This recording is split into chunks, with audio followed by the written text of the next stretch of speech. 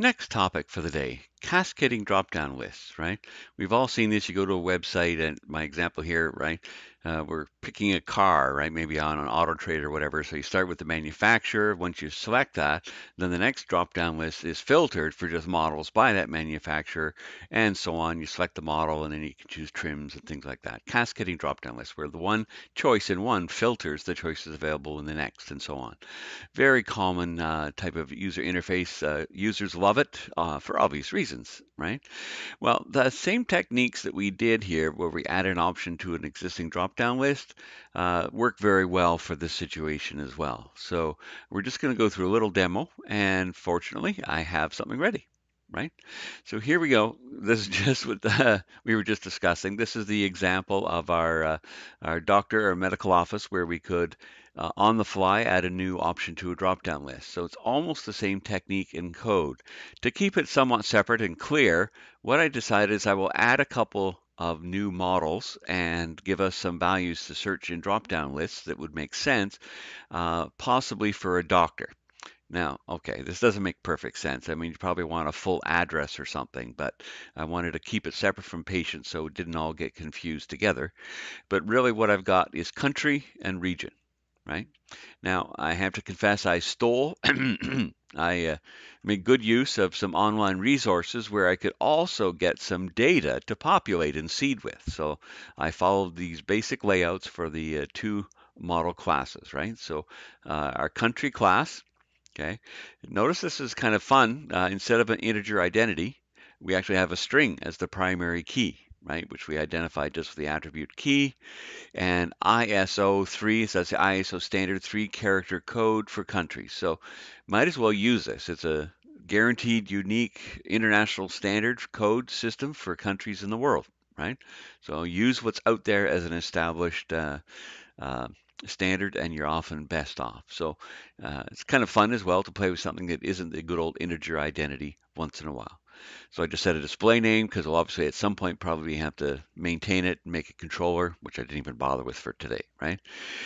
And so on. So we have a country name. Notice planning ahead, we might have other languages eventually, but this is again from the code that I borrowed on the internet. So I decided to leave it the way it is. And then, of course, it will have a collection of regions, right, as a parent in a one-to-many relationship. So our region, right, again, we don't have a integer, we have a string primary key, okay? It's a region code, and this is also a standard code, 3-character, and away we go. Of course, the foreign key then is made up of our virtual country, and, okay, this is our foreign key value that is stored within the actual region object itself, kind of like our foreign key IDs that we would have had with a regular arrangement as we've done in the past. Okay, so that's our country ISO 3 code. Okay, and that will also function as the foreign key. And of course, we actually have to have a name, right, for the region itself, right? So we have the 2 or 3 character code and the region all set up in a one-to-many relationship between country and region. Well, that's good, but obviously we want to have it tied into our doctor as well. So coming back to my doctor class, here we go. Just added some new fields, right? So here is our country code, right? And here is our region code. Oop, that's not a good idea. Let me put it back, right? So these are the foreign keys themselves corresponding to the two classes. But of course, we also hold virtual objects, right, as a navigation property as well. And I know that the names don't match up exactly, but the Entity Framework is smart enough to see that, hey, there are primary keys available. These must relate to these particular regions and so on. I don't even have to do that with an extra annotation. You'll see in the actual when you add a migration and modify the database, that this will definitely find these are the foreign key values for country and region. All right, so that gives you my arrangement then between doctor and my cascading arrangement of select a country and then filter for the individual regions. Now, the other thing I got from my nice little um, resource on the internet down here in seed, right? So I have seed data for countries and regions. Thank you. Saved me having to create all this, right? So that's one reason why I went with this scenario is I had the seed data available. Notice that I made sure I put this first. It didn't really have to go before patient particularly, but it certainly did before doctor. And of course, doctor had to come before patient. So I just put it first. Why did it have to be here? Because, right, I'm providing values because I've made them both required inside the doctor. You must specify the country and the region codes. So I had to add that to my seed data. So the seeding up here is in place, right? So I just have 3 countries. Okay, we could add some more, but I only actually have regions for Canada and US in my seed data. So there's lots and lots here that I fortunately was able to copy and paste from another resource. You can see why I was motivated to do so. All right, so there we go. So add a migration. Let me just bring up the basic migration. Now, mind you, I did decide after the fact to make the region required. That's why there's a separate migration here. But I just wanted to point out that it did correctly, okay, figure out the foreign keys, right? Obviously between country and region, even though we didn't have integer identities and away we went. And even for the doctor, right? It added the columns to doctor, added indexes because it always, Entity Framework will always index any foreign keys, and it added the foreign keys. It correctly guessed and figured out which of the properties of the doctor would make the foreign key, and it did so correctly. All right, so that gave me all my doctors and so on. And then I had to modify my controllers and views. Well, here's a bit of a hint, okay? My old version of the Docker controller and the Docker views, right, didn't have these new fields. This will come up once in a while when you've done a lot of work getting all of your code nicely laid out, adding your try-catch blocks and error handling and so on and so forth. You don't want to start from scratch just because you've added some new properties to a given entity, for example. Bit of a tip you can do to help with the scaffolding of the inputs for these new controls. If I right-click controller, add a new controller, MVC5 with all the goodies, and I do it on doctor again, right? Notice it's going to increment doctors 1 or something like that, right? If I change that manually to doctors, it would actually overwrite my existing ones. Bad idea. Don't want to do that, right? I don't want to lose all the custom work I've done already.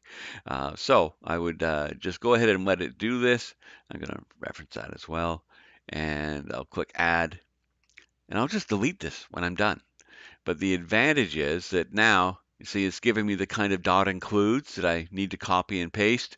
It's showing me a bit of a hint on how to do my select lists for the drop downs, which will now be required, right? So that's kind of why I bothered. So even, for example, if we come in here into the edit view from doctors 1, right? So now here's the code for my new drop downs and so on. So I can steal it from here, bring it over, make any minor changes I need to, and paste it into my current views, right, for the doctor. So that's what I did. I did that already earlier, getting ready for the demo, but I just wanted to share that with you as a bit of a tip. If you add some new properties, for heaven's sakes, let the scaffolding write all this code basically, and then it can save you an awful lot of work. But I don't really need it, so I'm going to right click and delete this now. And same with the Doctors 1 controller, right? Because I've already taken the good stuff out of it. So let's just kind of walk through my own code. So I'm done with all these. We finished talking about these classes and so on, and the doctor. So really what I need to do is modify the controller and the views for doctors, right? So let's look at the controllers first. So I did, hey, why not use as no tracking? We just had that discussion. As I pull up the index of doctors, I have so many doctors. Okay, there's only a few, but that's all right. It's a good spot to consider using it. All right. And, in the details, I decided I could do it here because I'm not using a dot find. I'm using a dot where, right? Just because I could.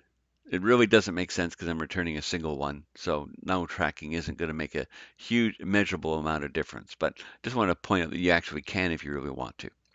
But notice I am including the country, the region. Of course, we're also including the collection of patients so we can show sort of a master detail view of, as we look at the details for the doctor, we can see all the patients on the same view as well. All right. Now the real work, I'm going to jump down here first to where we had to do most of the work. Remember, it showed you in the Doctors One controller a moment ago that there were the separate commands in the view bag to create the two different select lists for our drop-downs and so on. Well, what I've done here is something very similar to the logical approach we implemented in our demo yesterday. Right? There's populate drop-down lists, but I broke out the process of generating the select lists into a separate methods, right? So when we call populate drop-down lists, okay, we can optionally pass in the doctor. Then really what we're going to do is add into the view bag, and I took these names because that's how the scaffolding created the IDs for the actual drop-down lists in our edit and create views, right? So I'm just calling these methods up here that return the select lists. Slight difference for the one for country, because it's the hierarchy at the top of the hierarchy, I should say. It doesn't filter on anything else. We just pass in if we need to have one pre-selected, right? Because you're editing a record and you don't want to change it. It already has been established that this doctor has this country value. So we just do our query from countries. Okay, again, I'm going to use as no tracking because this is definitely a read-only query with multiple values returned. I'll do it order by, so it's alphabetically ordered in the list, right? So as I create the select list, the value will come from this field, the text will come from this one, and I'm passing the selected country so the list can be pre-selected on the value that we've specified here. Straightforward, same as we've done in the past. Here's something a little different though. Besides the selected region, so I can put the drop-down list back to the currently selected value again, a filter, okay? I have a where clause here. As I build the select list, I will filter my list of regions, put alphabetically with my order by, but it'll be filtered for one country at a time, right? I return that select list. So that's fine. By the way, of course, strings are nullable. So, if we don't pass it, it won't crash or anything. We'll still get away with it and we just return all of them. But you know what? That never actually happens in the real life. So it's not something we're going to lose any sleep over. So populate drop-down list works very well then, and that's why we'll see it. Forgive me for zooming up, but let's just say, for example, here in create, right? That was that little line we put in from our add doctor, right? Where we wanted to, on the fly, add a new doctor to the drop-down list in the patient view. Okay, but all I can do is call populate drop-down lists, right? And that will prepare the select list for both of the drop-downs for country and region, the way we've set it up.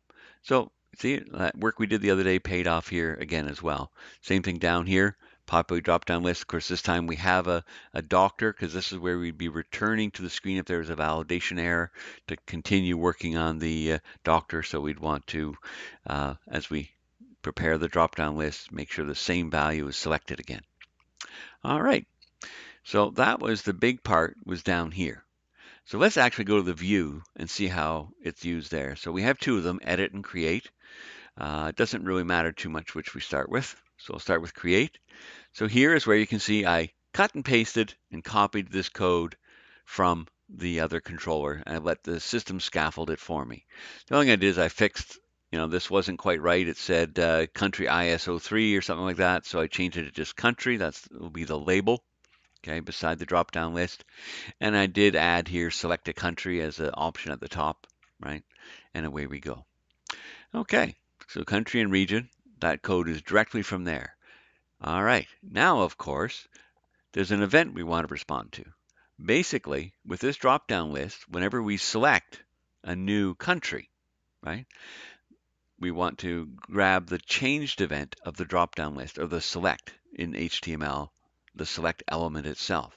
So that's what we're going to do down here in our script. So this first little bit, that was my close. Okay, so if we're just adding and we want to just cancel, we can close the window. That was what we put in yesterday. So here's the new script we've added. So ISO 3, that's the name of my select list for the country. So the change event, when that happens, okay, I'm not going to cancel it, right? That's perfectly fine, but I'm going to respond to it. So this is almost the same kind of code we did yesterday. Should be a little bit familiar to you now. So we'll grab the value of the currently selected country, right? Because we'll need that as a parameter. I'm going to grab a reference to the actual region drop-down list, right? And I'm also going to need to know the currently selected region in case there is one, okay? Uh, Odds are if I'm changing the country, the region won't be valid anymore. I'll have to reselect a new one, but it doesn't hurt anything to try and put the region back to the same value because, they might have changed it. They triggered the changed event, but really there was a valid region value anyway, or for whatever reason, we might as well try to put it back. Okay, then we empty out the regions, right? Then we do our same kind of queries as long as we actually have a country selected, right? Then we'll actually call our getJSON. We'll call my getRegions method. That's from our doctor's controller. Oh, I guess we didn't look at that one. Here we go. Just the same kind of thing we did yesterday. Notice we have two parameters though, one for the ISO and one for the region code, right? We pass them both to our region select list. The purpose of the region code is just so we can put it back if there currently is a selected region. The purpose of the country code, the ISO3 code, is so we can filter the regions by the selected country, right? And that's all in this method up here, which we talked about already. And then we just return the JSON set of data, or the set of data in JSON format, and away we go. So back here, what do we do with it? Well, again, I'm going to append my option for at the top, and then we'll just loop through and populate all of the actual regions based on the currently selected country. Simple, right? Let's just quickly look at edit as well, because it's almost identical. Okay. In fact, I don't even think the code changed. Yeah, I still have all the same code here in the yeah, I don't think there's anything different in this case, except I didn't actually, well, I do have select a region, but I don't have select a country. No big deal. All right, so let's just see how it works. I guess I did do a little bit more we didn't show. Obviously, I wanted to, on the index page, because I'm going to get a bad request because I didn't have an index or something else selected. Gosh, I'll try one. Oh, nobody found one. Okay, I could be smart or I could be silly, but I can do this in any case. So this will get me the index of the doctors. So you can see I added just a column here to show the location, right? Obviously I was playing earlier. I tested adding a record. Sorry about that. We can delete that doctor as long as I haven't assigned any patients to it. There we go. All right, so if we go to create new, here we are, right? So I can, of course, if I go create, I'll get the immediate jQuery validation. First, last, but I still have to, okay, select a country and a region, right? So if I choose a country, Canada, there we go. Then I just have Canadian provinces. If I choose the United States, then I have all the US states. So there we have a cascading drop-down list. Basically, whenever I change the selection here, it will change the option here. I don't have a prompt up here, but it's obvious that there's nothing selected. You can change that in your code if you want. So if it's Indiana in the US of A, click create, and there we go. Right? In details, I made sure we throw that in here, and same with delete. So you can look at the code afterwards. It's pretty obvious how we just did a dot includes to make sure that the full object was available to get the full blown out names. And that's all there is to that. So that's the same kind of coding we've done before. I'm not worried about that. Edit. Okay, so we're editing an existing value, right? So if I change it to Canada, then once again, I get all the Canadian provinces. If I change back to the US, I refresh and I get all of the, let's go to Hawaii. Gregory House, yeah, he'd probably like it in Hawaii. All right, so that I think illustrates the point. I think that's all I need to show. Let's just go back here for a second. There wasn't anything else particularly tricky about it. So yeah, that's it. Hope you enjoy.